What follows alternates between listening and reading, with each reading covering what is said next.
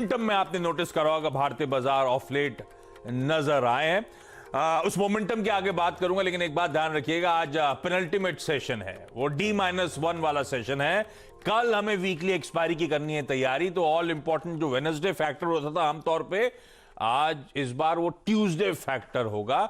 वैसे होता तो मंगल शुभ दिन है, लेकिन आपकी स्क्रीन पे ऊपर SGX निफ्टी थोड़ा सा डरा रहा होगा आपको। उन सब पे आगे आऊंगा, लेकिन जहां तक अगले मोमेंटम की बात मैंने भारतीय बाजारों में करी थी, पिछले हफ्ते के वेडनेसडे से लगातार back to back 4 strong trading sessions, हर दिन ऑलमोस्ट 100 पॉइंट के आसपास के गेन्स हमने निफ्टी पर क्लॉक करे। इस तरह की ताबड़तोड़ तेजी थी। इनफैक्ट कल के ट्रेडिंग सेशन यानी कि हफ्ते की जब शुरुआत हुई, तो कल भी गैप अप के साथ शुरुआत हुई। मोटा मोटी दिन भर उस गैप को हमने मेंटेन करा और 14,950 के लेवल्स पर जाके बेहद करीब उसके कल हमने क्लोजिंग दी है। कई बार वो 15,000 की तरफ अप्रोच करने की कोशिश, वो होता था सचिन तेंदुलकर नर्वस 90s में जैसे जाके बैटिंग करते थे तो नर्वस ही आ जाते थे। थोड़ा सा market view psychologically important barrier 15,000 से पहले कल थोड़ा सा थमता हुआ, कई बार लग रहा था चैलेंज करेगा उन लेवल्स के आसपास को, लेकिन उसके आसपास थमता हुआ नजर आया। तो सबकी नजरें दरअसल हैं तो माउंट 15K को हम रिकॉन्कर कब तक करते हुए नजर आएंगे। सब कुछ ठीक रहता तो शायद कह रहा होता कि आज होता हुआ नजर आएगा, लेकिन आज की तस्वीर थोड़ी बदल रही है। अच्छा, पहले तो ओवरनाइट क्यूज में यूएस मार्केट्स का प्रदर्शन आपकी स्क्रीन पर आएगा। रिकॉर्ड हाइज के आसपास पहुंचने के बाद थोड़ी थोड़ी प्रॉफिट टेकिंग आती हुई। अच्छा, मैं डाउ देखूंगा तो फ्लैट था, S&P देखूंगा तो 1% का दबाव था, और अगर नैस्डैक देख लेता तो और डर जाता। 2.5% की कमजोरी के साथ कल नैस्डैक वहां पे बंद होता हुआ नजर आया। बिग टेक्नोलॉजी शेयर्स में सेलिंग थी, मैसिव सेलिंग हुई, और इसीलिए नैस्डैक में इस तरह का दबाव था। तो फ्लैट से लार्जली निगेटिव रहे यूएस के बेंचमार्क्स। तो कल और तब और अब जरा स्क्रीन पर आएगा। कल हमने क्या डाइजेस्ट करा था? डाउ 59 अंक की मजबूती, दरअसल हुई 35 अंक का दबाव, और आज सुबह डाउ फ्यूचर्स फिर अमूमन इतनी ही कमजोरी 35 पॉइंट के आसपास की इंडिकेट कर रहा है। पर दिक्कत दरअसल जो नजर नहीं आ रहा, नैस्डैक 39 पॉइंट्स की कमजोरी हम डाइजेस्ट करके गए थे, 350 पॉइंट नैस्डैक कमजोर हुआ। बाकी के वेरिएबल्स आपकी स्क्रीन पर, ब्रेंट $70, वो भी नर्वस हो गया, $70 के लेवल्स पे पहुंचते पहुंचते कूल ऑफ होता हुआ $68 के नीचे स्लिप होता हुआ। गोल्ड इन सब के बीच में बढ़िया 1800 1850 के जोन्स पर कंसोलिडेट करता हुआ नजर आएगा। कमोडिटीज पे आगे आज फिर बातचीत करूंगा, क्योंकि कमोडिटीज इंटरेस्टिंग जंक्चर पे खड़ी हुई हैं। लेकिन जरा एशियाई पैक दिखाइएगा। ओवरनाइट यूएस से कुछ वीकनेस, और थोड़ी देर पहले कल शाम से वो चाइना रिलेटेड अपडेट्स आपने आते हुए सुने होंगे। उसके बाद अक्रॉस एशिया अच्छे खासे दबाव के साथ, तो कहना चाहिए थोड़ा सा profits of the table across Asia जाता हुआ आपको नजर आएगा। नैस्डैक हो 2.5% 3.5% का वहां दबाव था, यहां पे निक्केई, ताइवान, कॉस्पी सब आपकी स्क्रीन पर आएंगे।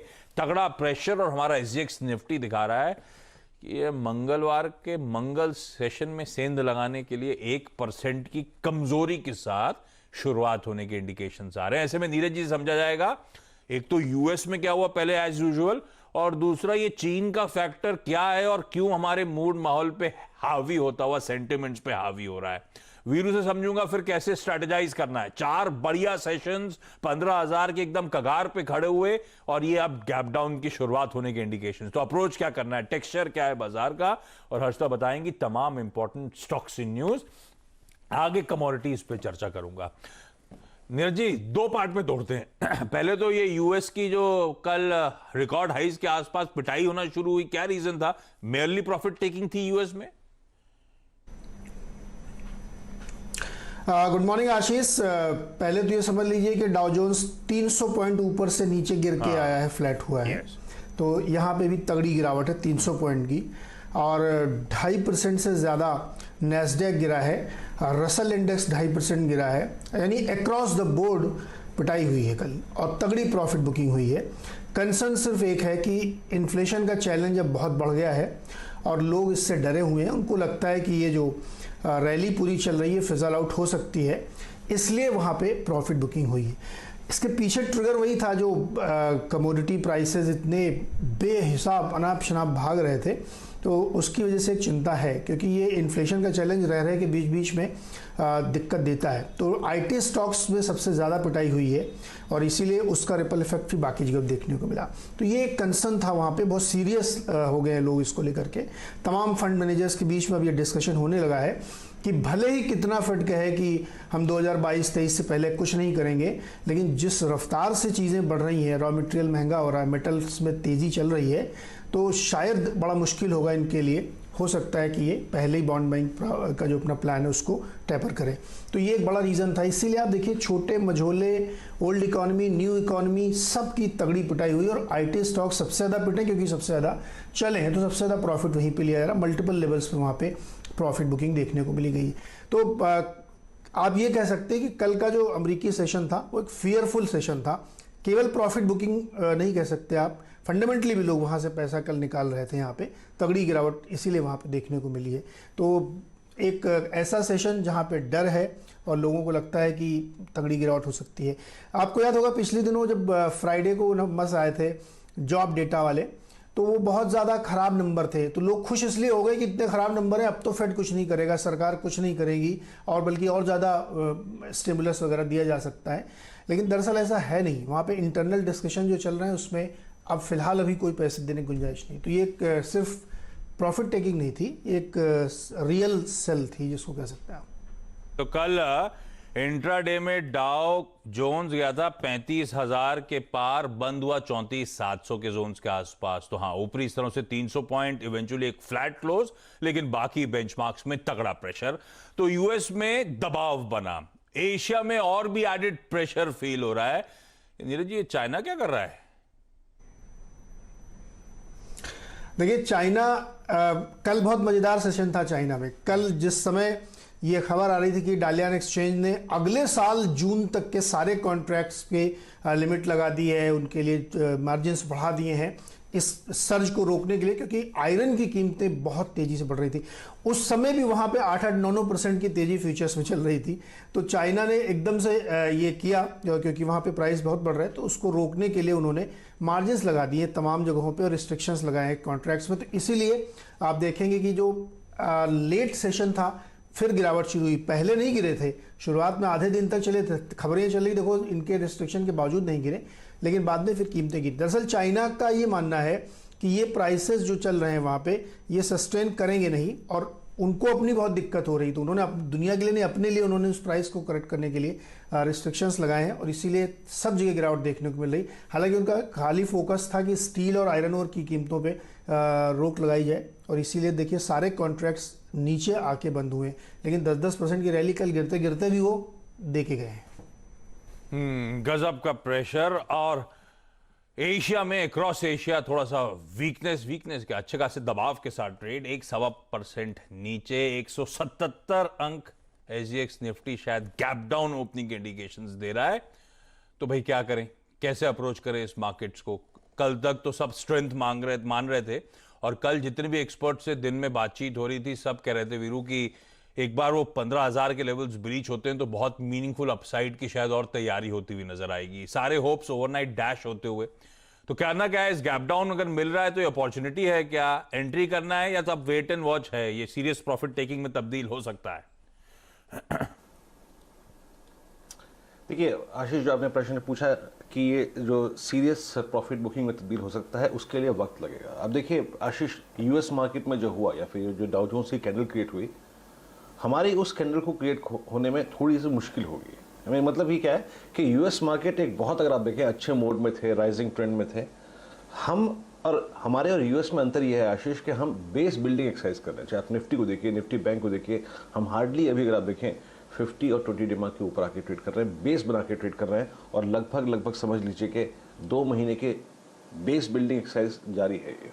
तो हमारे पास कोई वर्टिकल मूव नहीं है जिसको शायद बड़ा रिस्क है, निफ्टी में भी, निफ्टी बैंक में भी। इस जोन का डेटा क्या था? अगर आप आशीष कल एफआईएस को डेटा को देखें तो उनकी तरफ से सेलिंग थी, मतलब वो बहुत भारी सेलिंग नहीं थी, वो बायर नहीं थे कैश मार्केट में। लगभग 400 करोड़ रुपए की सेलिंग करी, 600 करोड़ रुपए की सेलिंग करी।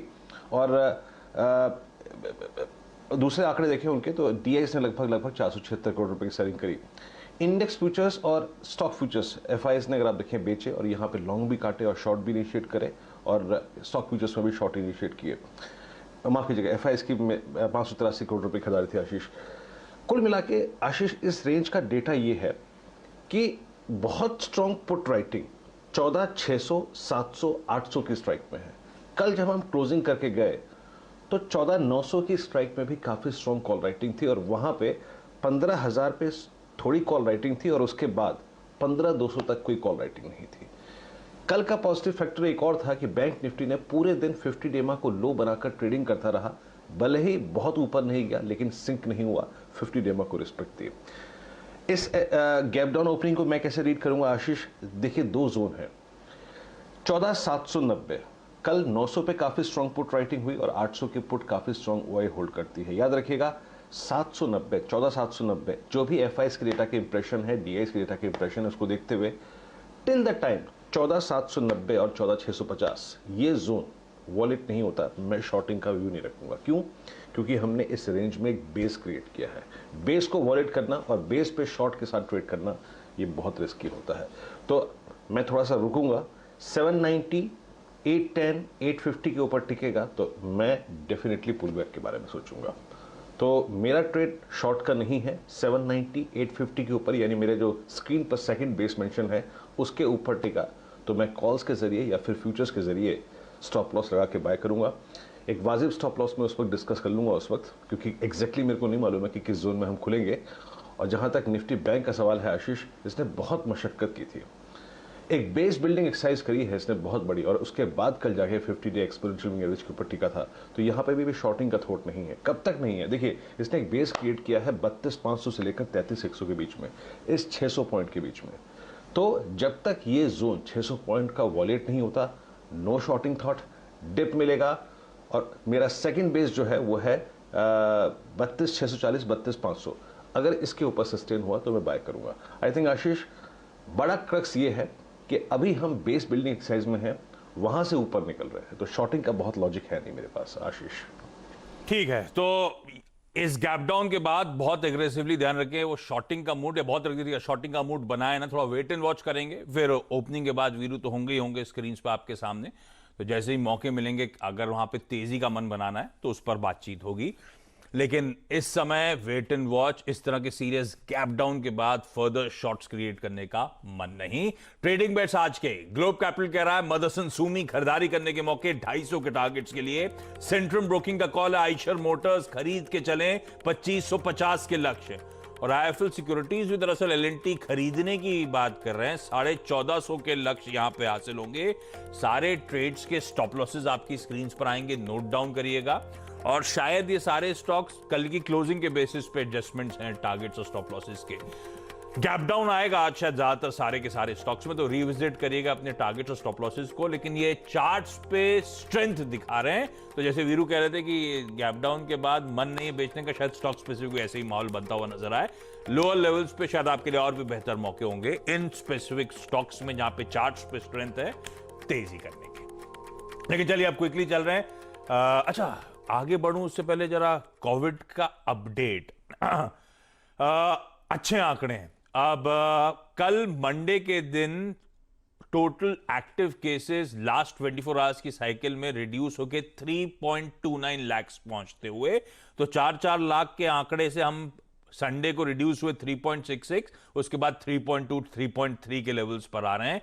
कंफर्ट दे रहा है ये आंकड़ा। रिकवरी का आंकड़ा 3.55 है, यानी कि टोटल एक्टिव केसेस से ज्यादा लास्ट 24 आवर्स में रिकवरीज देखने को मिल रही हैं। और तीसरी बात ध्यान रखिएगा, बहुत कंफर्ट देगा मुंबई के लोगों को जब मुंबई स्पेसिफिक आंकड़े आएंगे। 1780 के जोन्स पर मुंबई में फ्रेश केस एडिशंस, अच्छा खासा दबाव, अच्छा खासा कूल ऑफ होते हुए आंकड़े। लाइकवाइज दिल्ली में भी यही हो रहा है, दिल्ली के आंकड़े भी आपकी स्क्रीन पर आएंगे। पर ये कंफर्ट जो है आपको संडे और मंडे को मिला है, वो वीकेंड फैक्टर एट प्ले होता है, तो ये बात सच है। देखना होगा इस वीक कैसे हम प्रोग्रेस करते हैं। होपफुली ये टेपर डाउन रहे तो अच्छी बात है। पर ये फैक्ट एक और है कि पिछले कई मंडेज के जो आंकड़े थे उसमें इस तरह का सिग्निफिकेंट रिडक्शन नहीं था, तो रिडक्शन तो हुआ है। अब लेकिन फर्दर डेज में, हाँ नीरज जी कुछ ऐड करना चाहते हैं तो फर्दर डेज में देखते हैं किस तरह का रुझान बनता है, लेकिन इस समय कंफर्टिंग आंकड़ा आपकी स्क्रीन पर। नीरज जी कंफर्ट आ रहा है? बिल्कुल आशीष, मैं इसमें सिर्फ ये जोड़ना चाह रहा था कि ये कंफर्ट केवल वीकेंड वाला नहीं है। आप इसके डेटा प्लॉट करेंगे 30 डेज एवरेज में तो ना तो टेस्टिंग कम हुई है, ऐसा कोई नहीं दिख रहा है इसमें इंडिकेशन।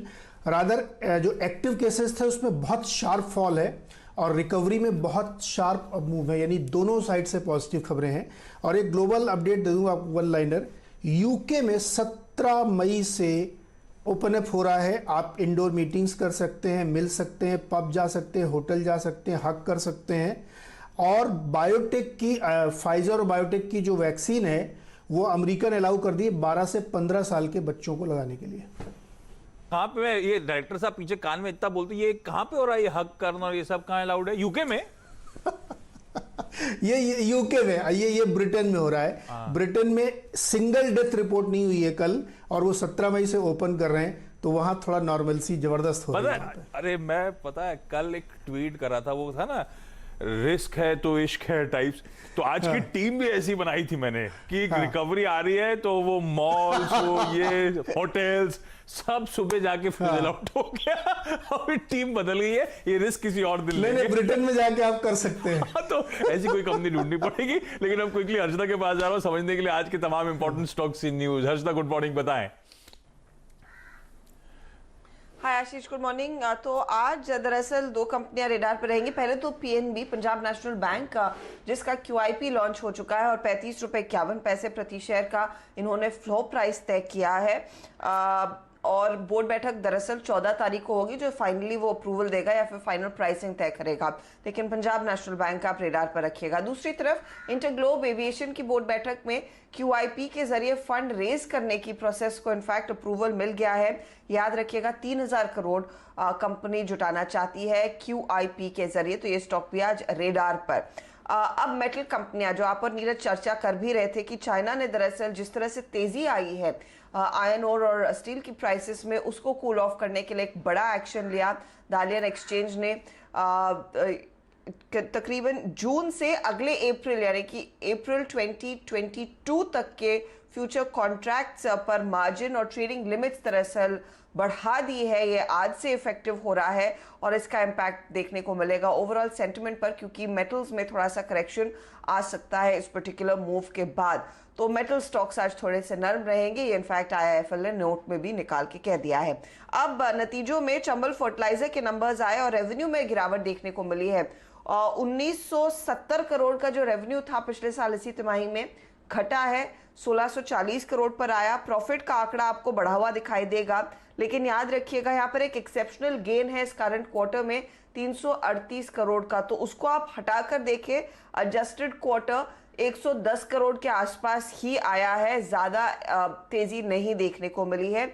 यूरिया सेल्स दरअसल Q4 में थोड़ी सी नरम रही हैं, ये भी आप ध्यान रखें जब चंबल के नंबर्स पर फोकस करेंगे। अच्छा, दो बड़े ब्लॉक्स हुए थे कल के सत्र में।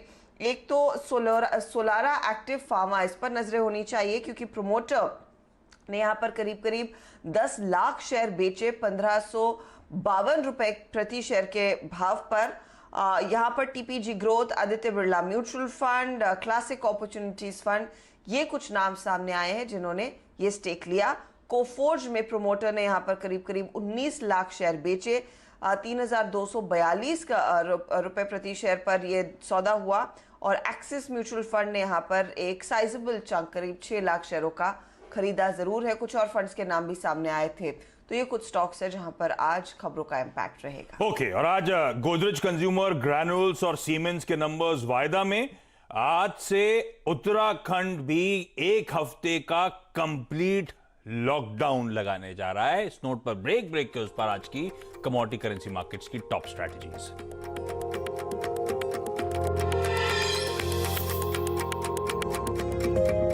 ये है जोजू जॉर्ज। इन्हें one tip one hand catch पकड़ना मुश्किल लगता है, पर आप स्टॉक्स पे इन्वेस्टिंग इन स्टॉक्स इजी। यहाँ पर स्टॉक्स बाय या सेल करो सीधे अपने फोन से। अब स्टॉक्स स्टार्ट करके देखो। Investment in securities market are subject to market risks. Read all the related documents carefully before investing. Immense alkaline batteries give you consistent power output for high drain devices which normal batteries cannot give. जब भी बात हो battery की तो normal battery नहीं, use Immense alkaline battery. Immense, the heavenly power.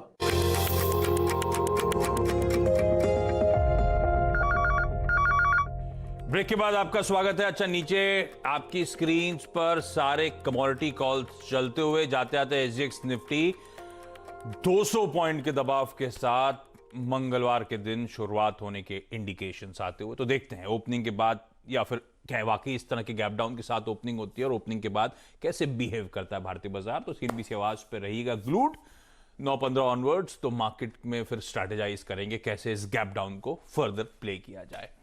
इस note पर आज की मॉर्निंग कॉल में इतना ही। ब्रेक के उस पार सीधा सौदा। नमस्कार।